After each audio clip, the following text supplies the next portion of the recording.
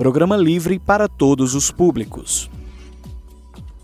Boa noite, sejam todos bem-vindos ao 6º episódio do programa Imersão na Educação e Saúde. Eu sou Helenise Machado, psicóloga e neuropsicóloga, e o programa está no ar toda terça-feira às 21 horas, com reprise no sábado às 18 da manhã. Então fiquem aí que o programa vai já começar.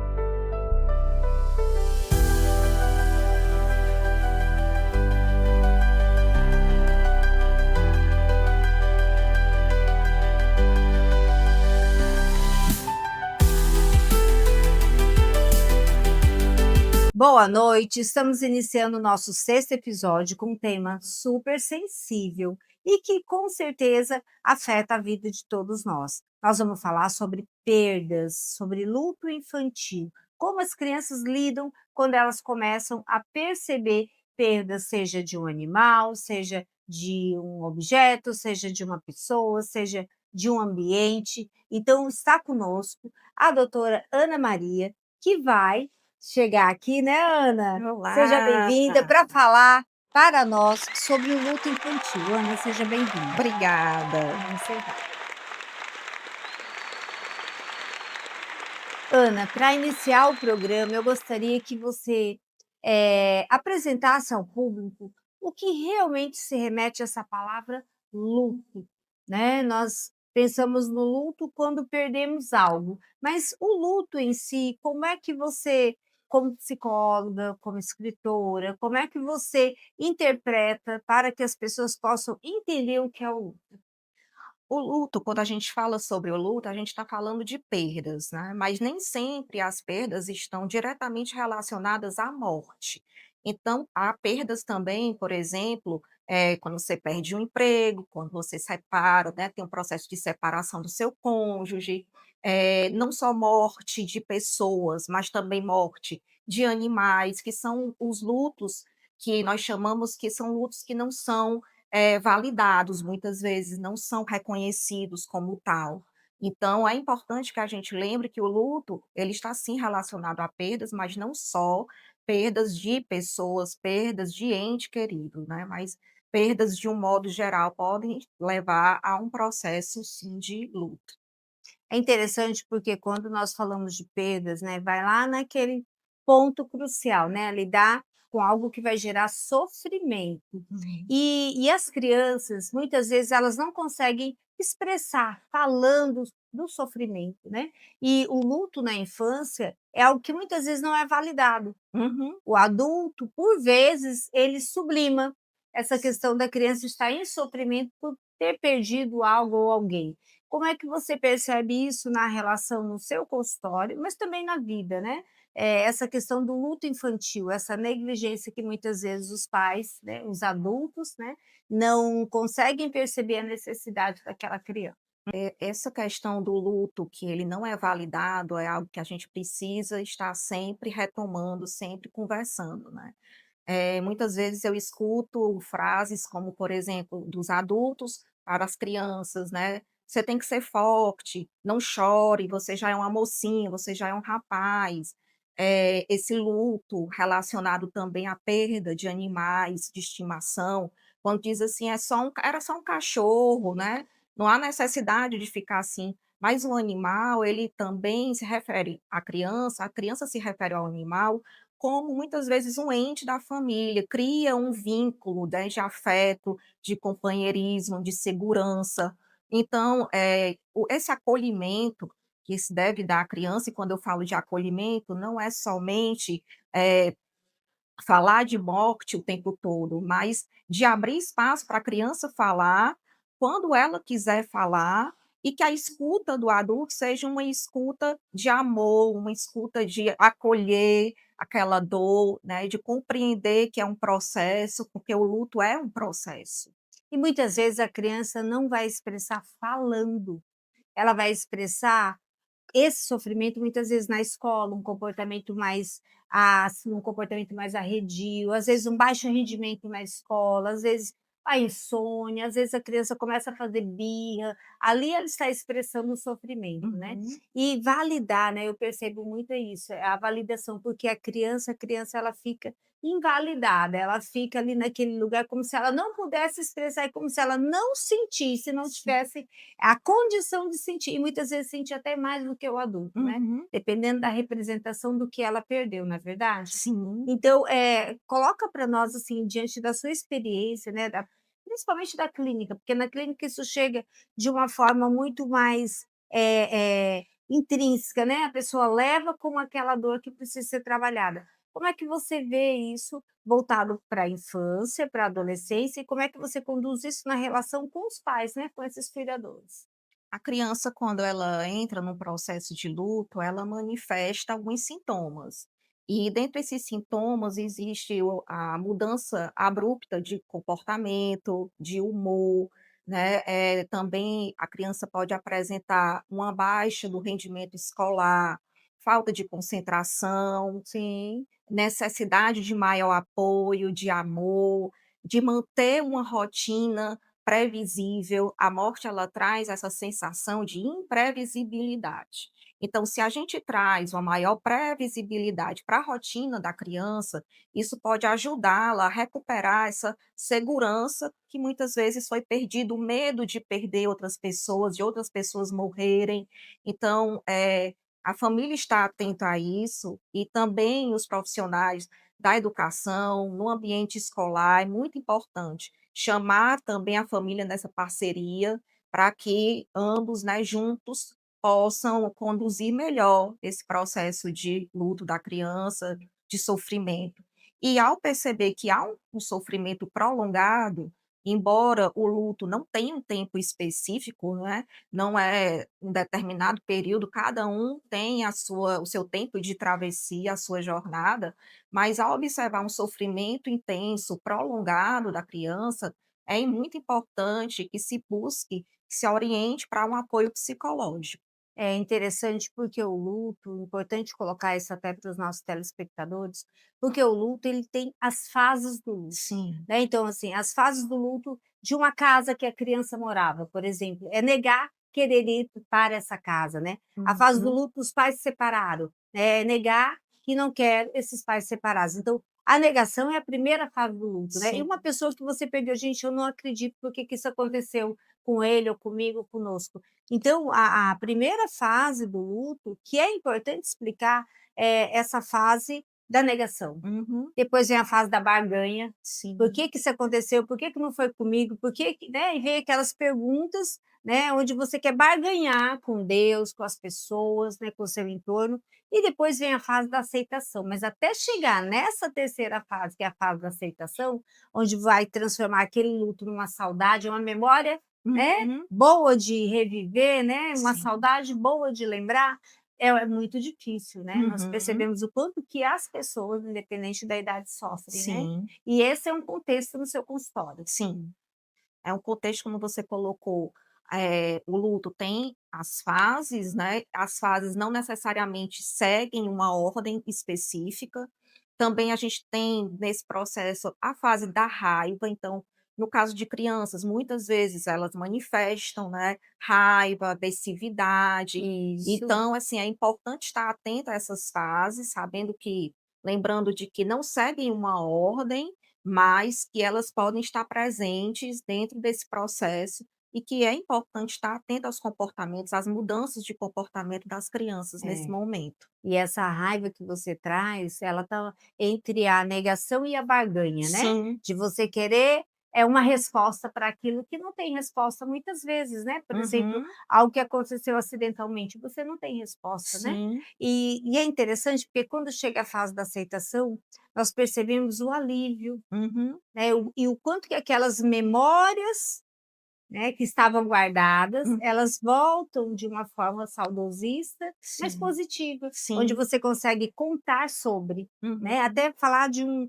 cachorro, vamos pensar um cachorro de uma criança e ela perdeu esse cachorro e conviveu com ela 10 anos, por Sim. exemplo, né. Geralmente os pais fazem o quê? "Vou te dar outro cachorro", Uhum. não é por aí. não é verdade? Sim. Não é substituindo o objeto, as Uhum. pessoas, o animal que vai curar, que vai haver a Sim. fase da aceitação, tudo leva um tempo, né. Uhum. E esse tempo é de cada um, não é isso, doutora? Isso. O tempo é de cada um e é importante respeitar o tempo da criança, esse tempo de a criança elaborar esse luto, né. Com relação ao cachorrinho, né, de: "Ai, eu já vou logo substituir por outro cachorro, de repente essa dor, esse sofrimento vai cessar", mas não é assim que acontece.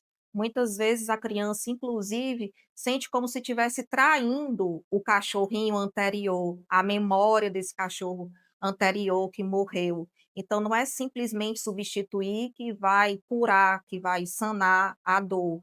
Então, mais uma vez, o respeito ao tempo, cada um tem o seu tempo, assim como os adultos, as crianças também têm o seu tempo de Sim, elaboração, e é preciso também, muitas vezes, não se respeita as crianças de uma forma geral, as manifestações emocionais das crianças muitas vezes não são respeitadas, sim. e o luto é um processo que a criança também passa e que é necessário que exista esse acolhimento, esse amor, essa capacidade de dialogar com a criança de forma clara e verdadeira, Acolhedora, né, porque, acolhedora. assim, dialogar de uma forma compreensiva, né, Sim. porque o que que nós percebemos, muitas vezes vem a imposição, por ser criança, os pais vão lá e impõem: "Você tem que", né, "você tem que entender, você não pode chorar, você tem que aceitar, isso aconteceu", e na verdade não é. Eu recebi uma vez um caso bem interessante que eu me lembrei agora, de uma mãe que reteve a criança na série.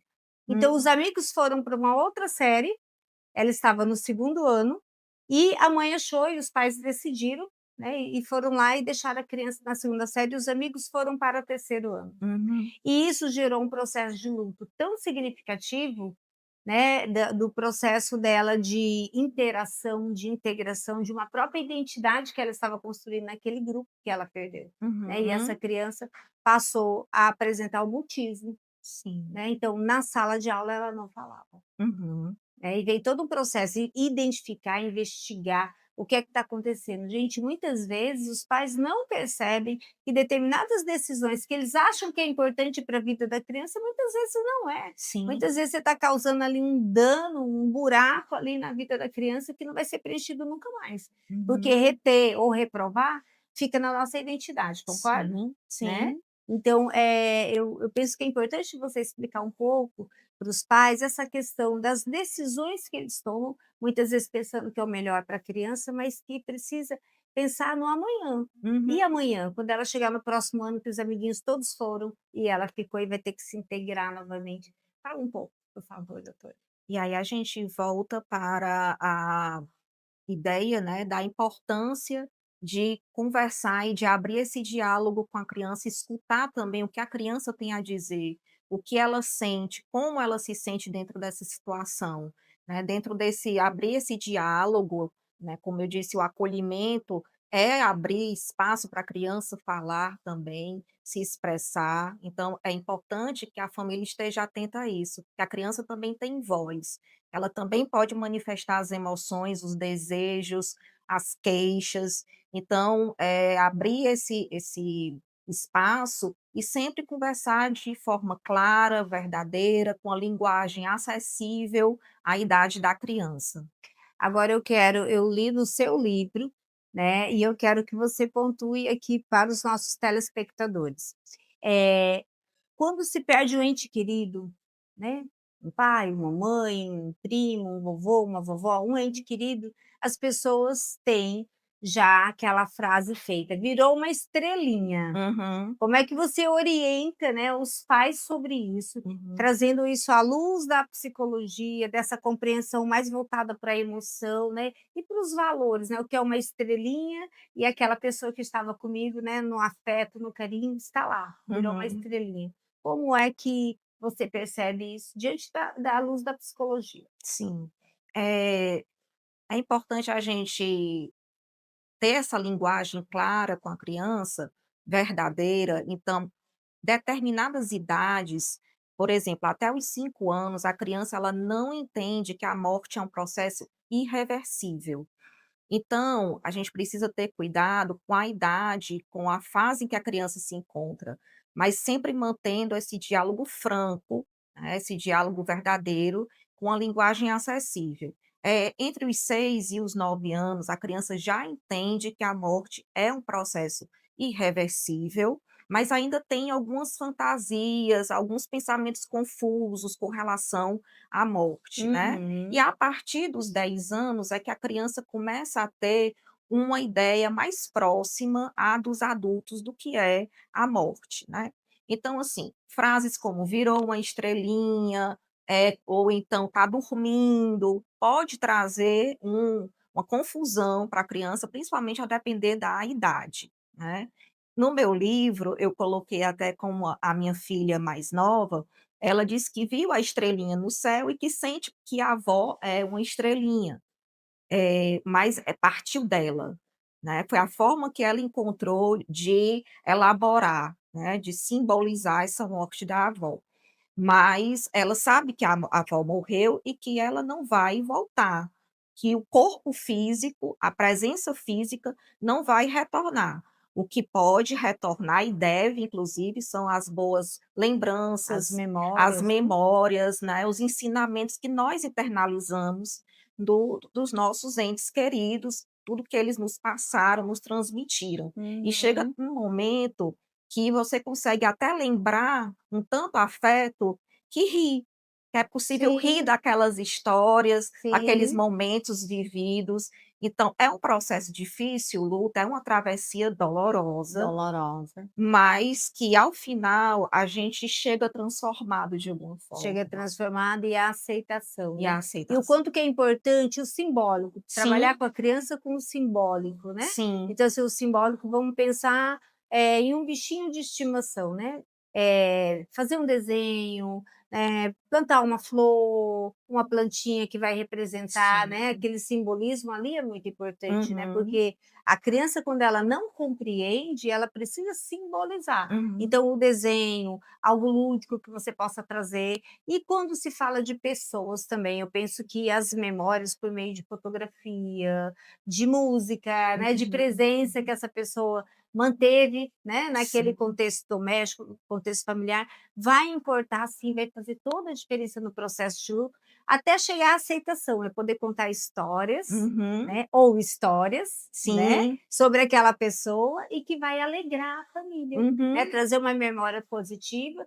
porque a física quântica ela está aí, né. Sim. Nós estamos, mas não estamos, né. Uhum. Então assim, a pessoa partiu, mas ela deixou Sim. energia, deixou ensinamento, então começar a ensinar para as nossas crianças, né, esses valores também das relações, Uhum. das presenças, né, da foto que bateu com aquela pessoa, que depois você pode acessar, e Uhum. lembrar, Sim. contar aquela história que está ali na foto, então Uhum. tudo isso faz parte de um processo de luto, Uhum. para que esse processo a pessoa passe por ele de uma forma mais saudável, e sendo criança nem se fala, né, doutora? Sim. Eu costumo dizer que quando há saudade é porque houve amor. Sim, Então, se há saudade, que bons momentos foram compartilhados, bons momentos foram vividos, que há memórias positivas, e por isso há amor, né, e por isso também há saudade. é. E não reprimir esse saudosismo, Não né, reprimir. precisamos viver o luto. E é isso, fiquem aí porque já já nós vamos voltar com as perguntas dos nossos telespectadores. Já já estaremos de volta com a doutora Ana Maria.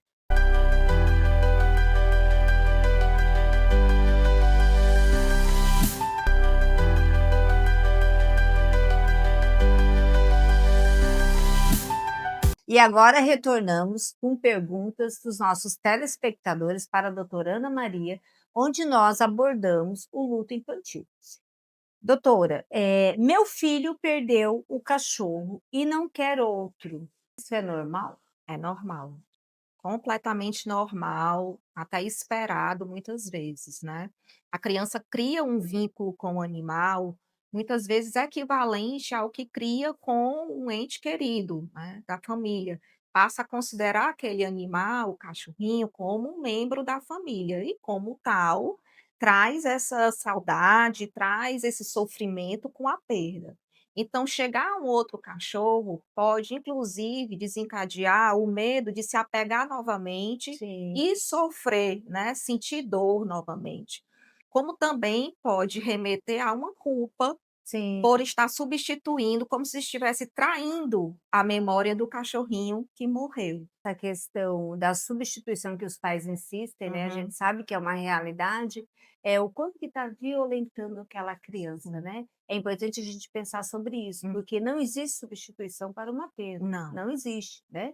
Não é objeto, um Uhum. animalzinho de estimação, o nome já está dizendo, estimado, Sim, é como se fosse membro da família, né. sim. Tem uma outra pergunta aqui super interessante: "Devo levar meu filho ao velório?" Uhum. É, essa pergunta realmente é uma pergunta delicada, mas a gente precisa levar em consideração alguns tópicos, alguns pontos. Um deles é a idade da criança, né.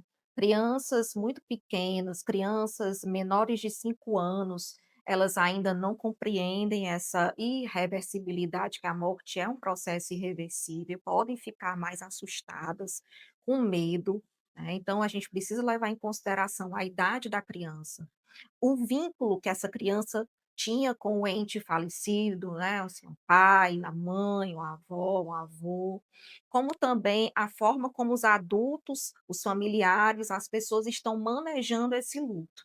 Então, reações emocionais muito sofridas, muito desesperadas, com muito choro, grito, aglomeração, pode causar medo e pode ser, né, muito pouco interessante para a criança presenciar esse tipo de reação, causar algum trauma, alguma marca negativa, né, para a criança. Então, levar em consideração esses fatores é muito importante. O mais importante de tudo, dentre esses tópicos que eu coloquei aqui, é não obrigar a criança a nada, né, deixá-la também expor os desejos dela, e se a criança não pode ou não quer participar do velório, ela pode participar de outros rituais de despedida, como, por exemplo, uma missa, né, de sétimo dia, ou realizar um ritual na própria casa, com fotografias, acender uma vela.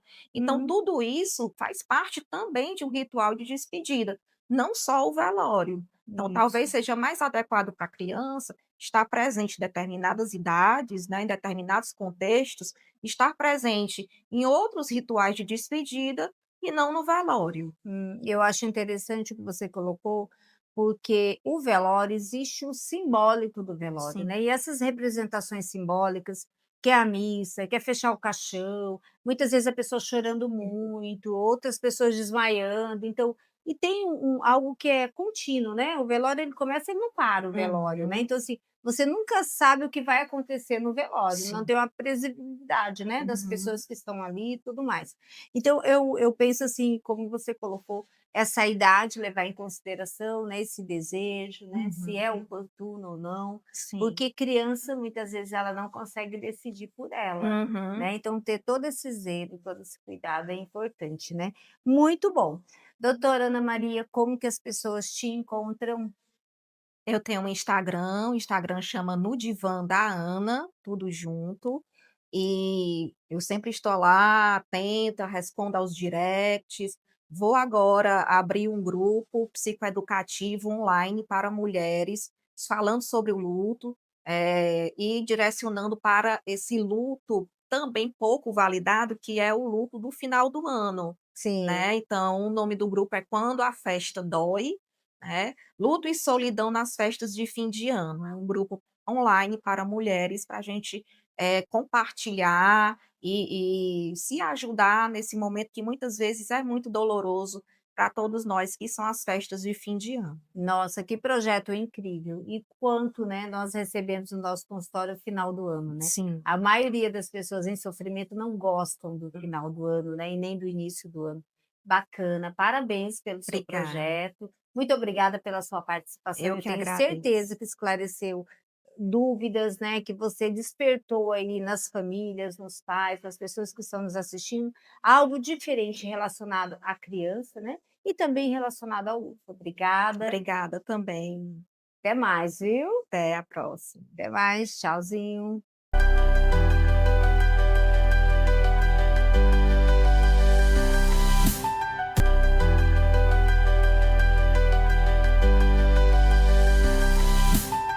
Estamos de volta no segundo bloco com um tema que é importantíssimo, que estamos falando o tempo todo na sociedade, e hoje eu trouxe uma pessoa que vai falar sobre inclusão, sobre o trabalho e o projeto dela como idealizadora da Adaptro, onde recebe pessoas neurodivergentes e realiza um trabalho imperdível. Então fiquem aí que vocês vão acompanhar agora esse momento de entrevista com Rafaela Páscoa. Por favor, Rafaela, Obrigada pelo seja convite. bem-vinda, que alegria poder Alegria estar minha. com você, dialogar sobre a inclusão, que é tão importante, né? É, sim. Pois Muito vamos lá, obrigada, viu? sente aí. Rafaela, falar de inclusão, né, brilha nossos olhos, Com né? certeza. Porque tanto na educação como na sociedade, o quanto que a inclusão, ela faz toda a diferença, né? E incluir não é só abrir as portas, né? Então fala um pouco do seu projeto de inclusão na Adapt, como foi que ele surgiu, né? E qual é o trabalho que você realiza lá, voltado para a sociedade, para a comunidade. Agradecer o convite, né, e falar que esse tema é um tema que realmente enche o meu coração de alegria. Mas, ao mesmo tempo, ele é um tema que me traz muita preocupação. Porque, muito embora eu tenha um espaço onde, de fato, é para ocorrer a inclusão, ainda assim a gente acaba que falhando com a inclusão na prática, né? A inclusão, ao meu ponto de vista, ele depende muito de quem vai estar acolhendo, olhando o outro com a necessidade do outro. A gente sempre que pensa, a sociedade de uma forma geral, sempre que pensa na inclusão, ele está sempre muito mais preocupado na pessoa com uma necessidade específica. E, às vezes, o que o ser humano precisa, apesar de não ter um diagnóstico, é de uma atenção genuína. Então, a Clínica Adaptro, ela surgiu desse desejo de incluir, inserir, né, pessoas em um contexto onde todos tivessem a oportunidade de um tratamento digno através do amor, do respeito e da dignidade. Né? Quantas pessoas que chegam, talvez lá na ADAP, que é para ocorrer a inclusão e pode até não acontecer, porque você não consegue ter esse controle. O que, que você sugere? Como é que você vê isso? Como é que você trabalha a inclusão na ADAP? Eu costumo sempre deixar eu digo sempre para minha equipe o seguinte: o primeiro passo ao receber alguém é olhar este alguém com um olhar de amor.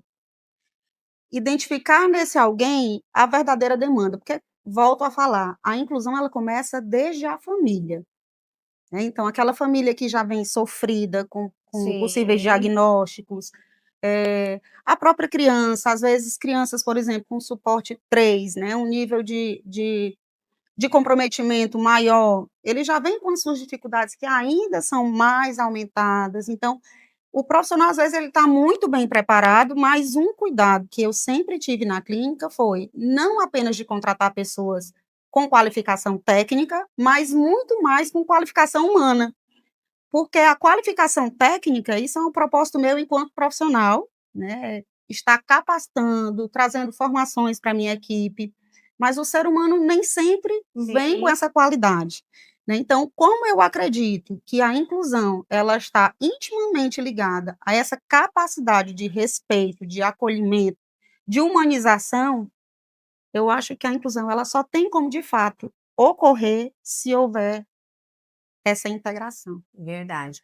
E a inclusão, ela acontece de uma forma interdisciplinar, não é Sim. verdade? Então, assim, na sua clínica, com certeza, você é terapeuta ocupacional, tem o psicólogo, tem o psicopedagogo, tem a fono, tem o educador físico, tem o pedagogo, né? Sim. Então, tem o fisioterapeuta. Então, são várias pessoas em um sistema para Sim. acolher uma pessoa, né? Uma Uhum. pessoa que é o Marcos, que é o Paulinho, que é a Maria, que precisa desse Sim, atendimento inclusivo verdadeiramente, né? E o quanto que a inclusão, ela falha muitas vezes no processo, né? sim, E a inclusão, como você falou, a família precisa incluir, começa na família, mas aí se estende também para as instituições, que nós sabemos que depois da família é a escola, sim, né? Muitas vezes a escola ela não está preparada, nós sabemos que as escolas hoje, elas incluem, né, porteira aberta, não é fechada, inclui, mas o que que faz nessa inclusão de fato? O que que você uhum. percebe, né, assim,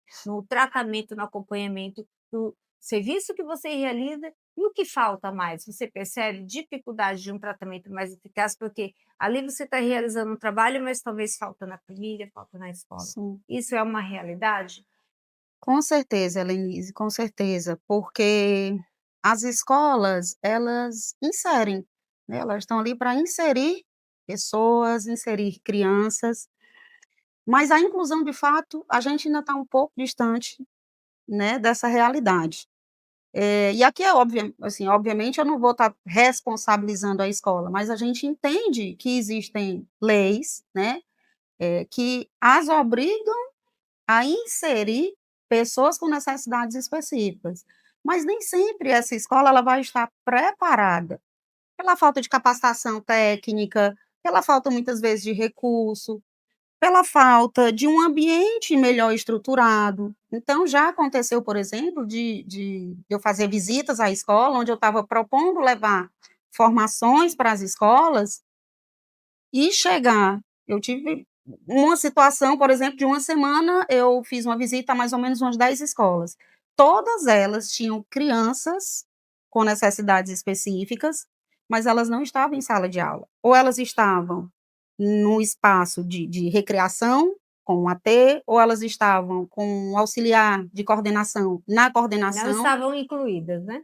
Elas estavam inseridas na escola, mas incluídas elas não estavam de fato. Né? Uhum. Então, assim, é difícil também você julgar a condição da escola, mas o que eu acredito ser muito importante hoje é a escola também estar aliada às clínicas. Eu costumo dizer que eu não vejo muito sentido a gente crescer em número de clínicas, em contrapartida as escolas elas estão ficando estagnadas. Então, de certa forma, eu acredito que as escolas elas vão ter que correr atrás disso aí, né? Quando nós éramos crianças, por exemplo, nós não amarrávamos o cadastro com auxílio de um terapeuta ocupacional, nós amarrávamos o cadastro com auxílio do nosso professor, do pedagogo, entende? Então, eu acho que a escola está precisando dar uma revisada nisso aí também, sabe? Para incluir de fato essas crianças. E a inclusão não é a criança se adaptar ao ambiente, ao contexto, é o ambiente adaptado para receber a criança, né, ou o adolescente, ou a pessoa que precisa daquela inclusão, daquele serviço, né.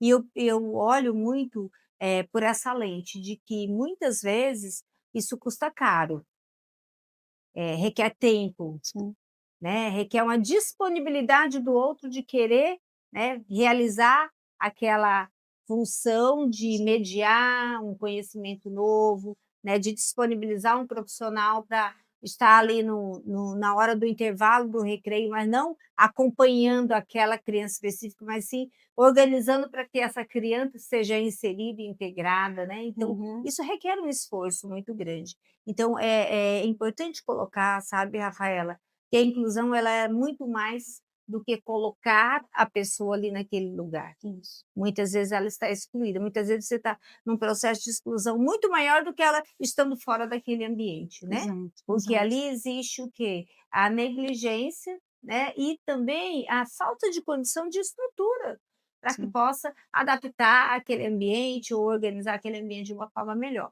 Lá na Adapto, vocês fazem algum serviço voltado para as famílias, para orientar as famílias relacionadas a esse processo? Porque eu penso em inclusão como uma equipe multidisciplinar. Tem sim, a equipe lá na Adapto, tem a família, que é um outro time, tem a escola, que é um outro time. Vocês fazem esse tipo de orientação? sim.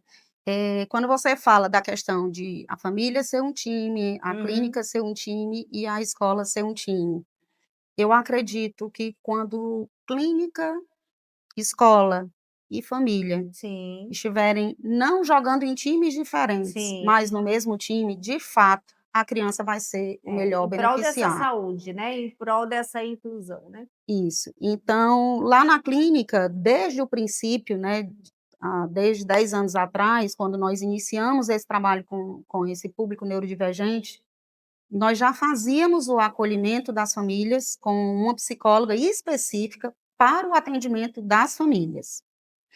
E aí a gente chegou a desenvolver alguns programas, que eram os primeiros passos para aquelas mães que estavam iniciando no processo do diagnóstico, e depois outros projetos foram né, a gente foi alcançando outros projetos e hoje um projeto que nós temos especificamente para a família é o Agora que São Elas, que é um programa totalmente, dedicado às mães, para que a gente possa Muito bom. trabalhar inclusive a questão da autoestima, trazendo informações com relação à sexualidade, né, então envolvendo outros aspectos que são inerentes à pessoa, à mãe, né, e tentando, separar um pouco, fragmentar um pouco essa mulher dessa mãe atípica, né, porque a gente sabe que não é fácil, a rotina de uma mãe não é fácil. Então a gente tem sim alguns projetos específicos para elas. E eu percebo que quando a família tem informação, que ela vai buscar informação e essa assistência, como você está colocando, que a Adapto oferece para a sociedade, essa criança, ela é beneficiada. Né, e Sim, muitas sim, vezes a falta de informação, né, os pais não sabem o que fazer, e muitas vezes o estresse do dia a sim. dia, aquela correria, acaba também os pais Uhum. negligenciando o direito da criança, porque inclusão não é obrigação, porque todo mundo está fazendo, é um direito que a criança tem, né. Sim. Saber desse direito, os pais saber desse direito, né, e buscar de uma forma clara, coerente, concisa, né, com ferramentas e orientações por uma instituição, pela própria lei, né, para que possa realmente fazer valer, né. Isso muda o contexto, muda o desenvolvimento de uma criança, melhora muito, não é verdade? Muito, muito. E assim, o mais importante de tudo é a família conseguir entender que ela chega tão adoecida, muitas vezes, num contexto, que influencia diretamente no processo de desenvolvimento da sua criança. Então, famílias com que a gente tem esse alcance, o resultado, sem sombra de dúvida, ele é muito mais significativo. Quando a gente tem uma participação ativa da família, facilita o acesso à escola, Sim. então a rede, ela se estende e o benefício, com certeza, para essa criança, ele é muito mais significativo. É. Eu recebi um caso muito interessante, que os pais, essa criança, né, é atípica, neurodivergente, e os pais colocaram em uma escola. Colocaram lá Uhum, na escola, mas nunca a escola acessou os pais para falar sobre a criança e nem os pais acessaram a escola, acreditando que está tudo bem. Nem eu me comunico, nem você comunica sim. comigo e está tudo bem, né.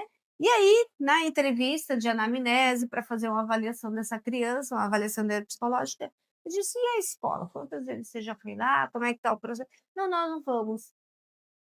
"E a escola já te acessou pedindo pra". "Não, não, não, não". Então assim, que inclusão é essa e que tratamento e que desenvolvimento essa criança vai ter? Com certeza muitos danos, Uhum, né.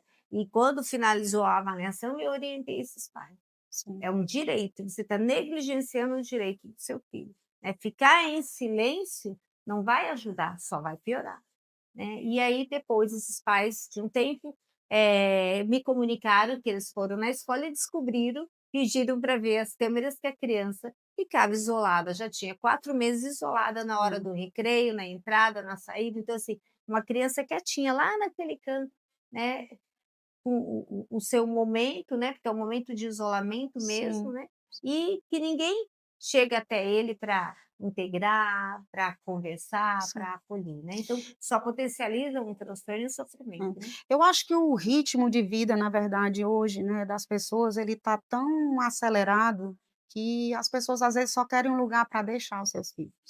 Essa é a sensação que muitas É. vezes eu tenho. E é uma Isso realidade triste, é uma né, isso realidade afeta, não triste. tem como nos Isso. afetar. É uma realidade, inclusive, que a gente enxerga muito na prática, na clínica, que é a terceirização, realmente, de serviço. Então, a família e obviamente eu não estou generalizando, não são todas as famílias, né, mas existem aquelas famílias que eles terceirizam. Então eles querem a criança na clínica o maior tempo possível, eles querem o maior tempo possível da criança na escola e, gente, essa criança, independente de um diagnóstico, ele é uma criança que tem necessidade do convívio familiar, Sim, né. Então, assim, caráter você incute é dentro de casa. A escola e a clínica, ela vai preparar essa criança para a vida, mas a base, o que sustenta o ser humano são os princípios e os valores adquiridos em casa, é. né, e eu acho que as pessoas estão esquecendo disso. Isso é muito importante, eu acho que as famílias precisam estar atentas a isso. Não é simplesmente jogando a responsabilidade para a escola ou para a clínica, que essa criança vai ter o seu melhor desenvolvimento. É.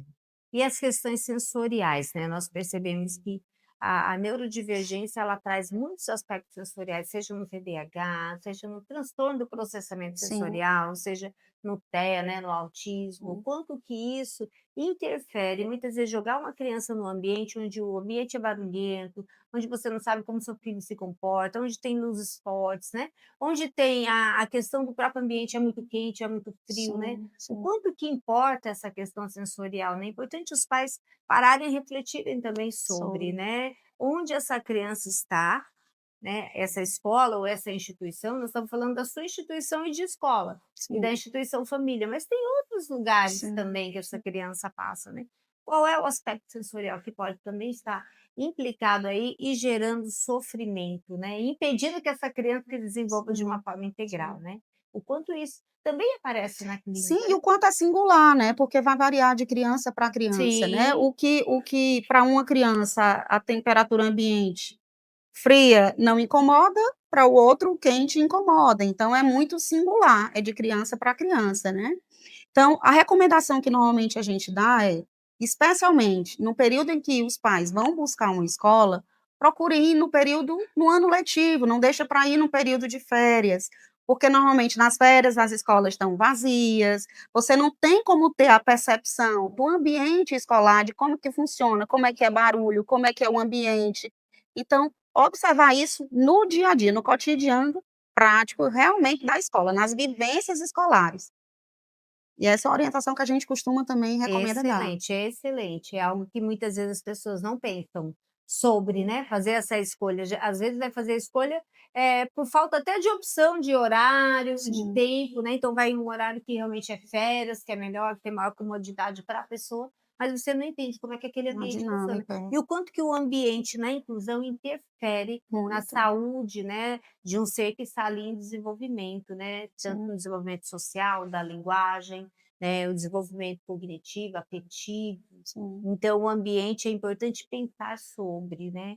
Fazer uma escolha num período letivo, num período de aula, estar ali na hora do recreio, na hora da entrada e na saída, isso, vai garantir uma inclusão de fato para o seu filho. hum. Bacana, muito bom.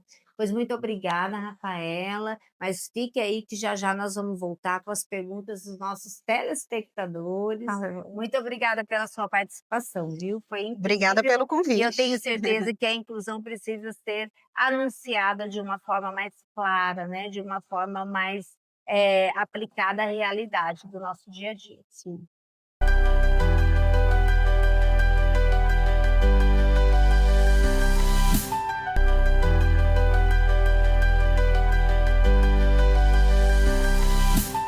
E agora, estamos retornando com as perguntas dos nossos telespectadores. Rafaela, a primeira pergunta é a seguinte: como posso ajudar o meu filho que tem TDAH a melhorar nas tarefas escolares, no seu rendimento? TDAH é um tema que particularmente também eu tenho um pouco mais de propriedade, apesar de eu não ter um laudo, né, mas hoje eu sei as consequências do TDAH na minha vida.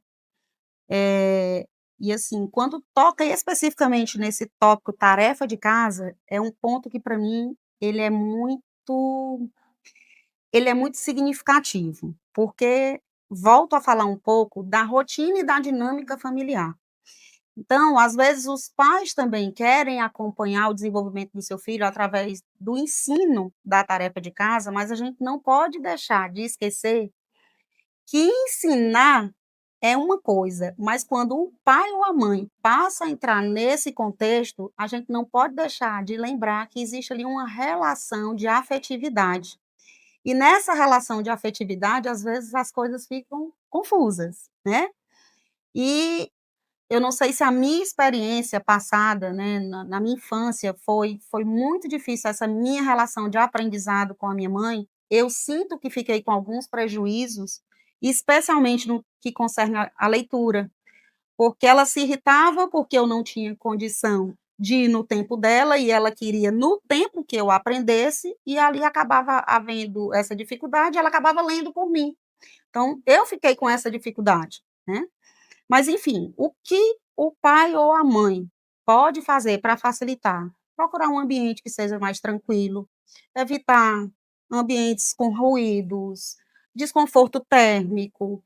Se a criança ela tem uma necessidade ou uma busca de movimentação corporal, procurar usar um banco, uma cadeira que possibilite que essa criança possa se movimentar enquanto faz a sua tarefa, dividir a rotina de atividades da criança em pequenas parcelas, dar intervalos para que essa criança possa sair, voltar depois e refazer essa tarefa.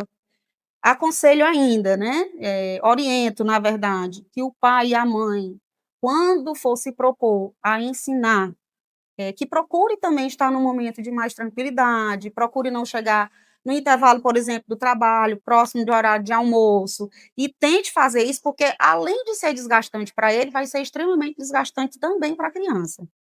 Então, eu considero isso como os principais pontos, né, faço essa relação. Mas basicamente a recomendação é essa, é que consiga um ambiente, menos rico possível de estímulos, e voltando a falar um pouco também sobre a singularidade, não são todas as crianças que têm TDAH que vão ter o mesmo perfil. Então, conversar com a criança, entender a criança, conversar com a escola e entender qual a dinâmica que está sendo utilizada também na escola. Eu, particularmente, gosto muito de ensinar por meio da criatividade, porque foi um mecanismo que eu aprendi muito mais facilmente.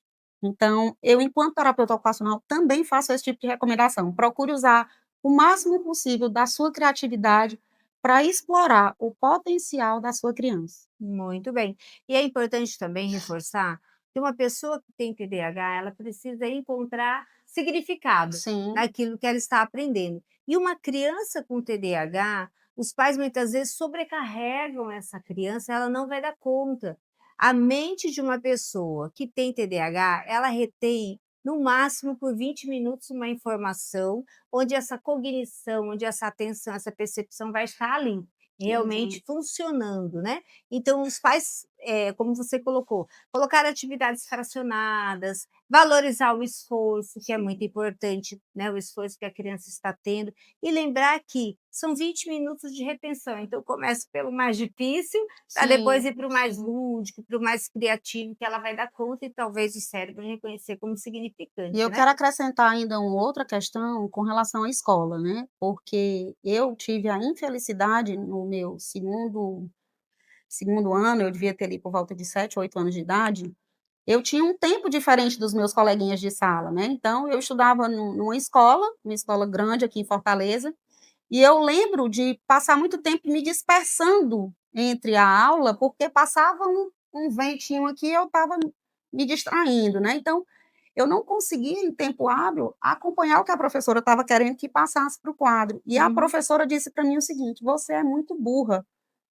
Aquilo me marcou de uma tal forma que eu passei a vida inteira sofrendo as consequências disso.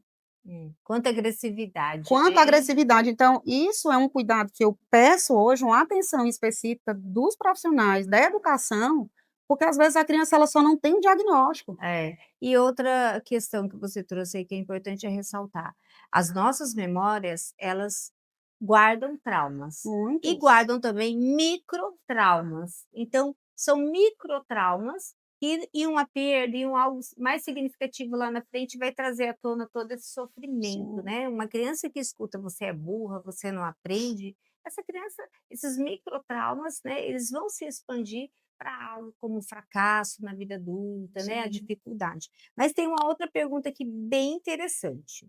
Olha só, como lidar com o preconceito que algumas pessoas têm em relação à inclusão, sendo que o meu filho tem autismo nível leve e também não gosta de ir para a escola? Quando a gente fala de um autismo suporte 1, né, hoje chamado autismo Uhum. suporte 1, que de leve também não tem Não tem nada, nada, né, exatamente. porque é aquele autismo onde as pessoas costumam dizer: "Nossa, não tem nem cara de autista", É mas é tão uma normal, né, como é que e pode? assim, existem casos de crianças, por exemplo, que não suportam ir à escola, porque não suporta o barulho dos coleguinhas.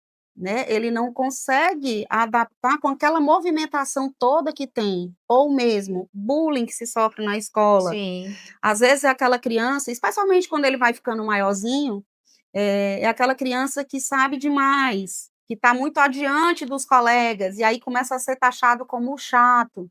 Então, já tivemos a experiência de ter crianças suporte 1 que tiveram crises de ansiedade terríveis, de precisar ser hospitalizadas, né, por conta de bullying na escola. Não falava para a professora, não falava para os pais, a escola, de certa forma, não entendia aquela movimentação que acontecia internamente, e isso, né, foi tomando uma proporção maior. Então, a atenção muito grande dos pais para os seus filhos. Quando ele disser: "Eu não quero ir", então vamos procurar entender. Conhecer a sua criança é sim o melhor remédio.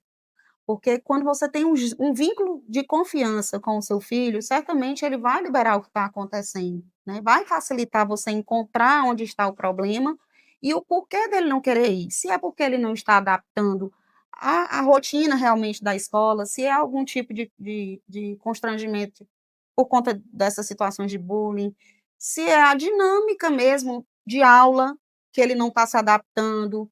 Então procurar entender a criança e volto a dizer, todo ser, independente do diagnóstico, ele é único, ele vai ter Sim. as suas peculiaridades e deve ser respeitado nas suas peculiaridades. Verdade.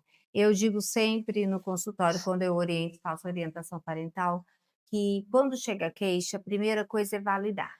Valide, Sim, muito importante. acolha e depois intervém. Sim, Porque assim a criança vai perceber o quão importante ela é, né, e o significado daquele sentimento de não querer ir para a escola. Então, valide: "Filha, eu entendo, você não quer ir para a escola hoje, deixando bem claro que é no momento, eu estou aqui com você, conte para mim, depois você vai fazer a intervenção". Então é importante que os pais também consigam entender, né, esses sim, passos, né, sim. que são importantes, né, que vão trazer para essa criança a autoconfiança de que alguém vai intervir, seja comigo, seja com a escola, seja, Sim. né, na instituição onde ela está. Ai, que papo bacana, Eu posso muito falar só um bom. pouquinho da história do Sim, preconceito, que sim, você citou aí também, né, esse preconceito é importante lembrar que ele não acontece somente dentro da escola. Esse preconceito das famílias com relação à criança com necessidade específica, ela acontece também dentro da clínica. Então, por exemplo, nós temos situações de crianças que são suporte 1 e nós temos situações de crianças que são suporte 3 que têm estereotipias, e que os pais às vezes acham que a convivência de um com o outro, a criança vai absorver a estereotipia do suporte 3. sim. E não entende que a estereotipia nada mais é que um mecanismo de regulação pessoal. É, Então ela não é algo que vai passar de pessoa para pessoa, ela é própria, né. até porque o autismo não é doença, né. Isso. E com relação à escola, né, assim, a realidade das famílias com relação a ter uma criança, com uma necessidade numa sala, vem muito essa questão do cuidado disfarçado. "Ah, mas vai atrasar o desenvolvimento, por exemplo, da turminha, porque aquela criança vai deixar a desejar". Uhum.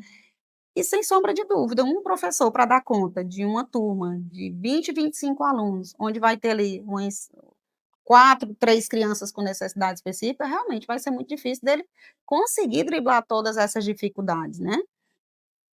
Mas esse preconceito ele existe e ele é real sim. É. Muito obrigada, Rafaela, e eu quero finalizar falando de empatia, né, a inclusão é empatia. Quando existe uma criança neurodivergente em uma sala de aula e que é trabalhado a empatia, o quanto que favorece aquela comunidade, o quanto que favorece, né, o crescimento daquela criança e o desenvolvimento emocional, ter empatia pelo próximo. Agora, Rafaela, conte aqui para os nossos telespectadores como eles encontram a data? Fale aí do seu endereço, né, eletrônico, do seu Instagram, conte aí para Muito nós. bem.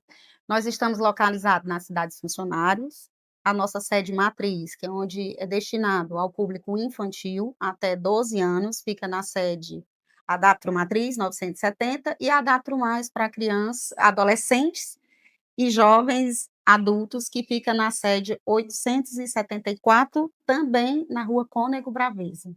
E o nosso Instagram é o @adaptro Muito bem, muito obrigada. Um papo assim que a gente poderia passar aqui horas conversando, porque sempre é um tema Hum. relevante, né? E que a gente descobre nesses encontros, né, Rafaela, o quanto que é importante trazer esse tema para a sociedade, esclarecer dúvidas, né? E comunicar também a importância da inclusão de uma forma efetiva. Pois estamos encerrando o nosso programa e vocês que nos seguem, compartilhem esse vídeo, esse material, compartilhe essas informações que com certeza vai fazer a diferença em outras famílias. Até mais.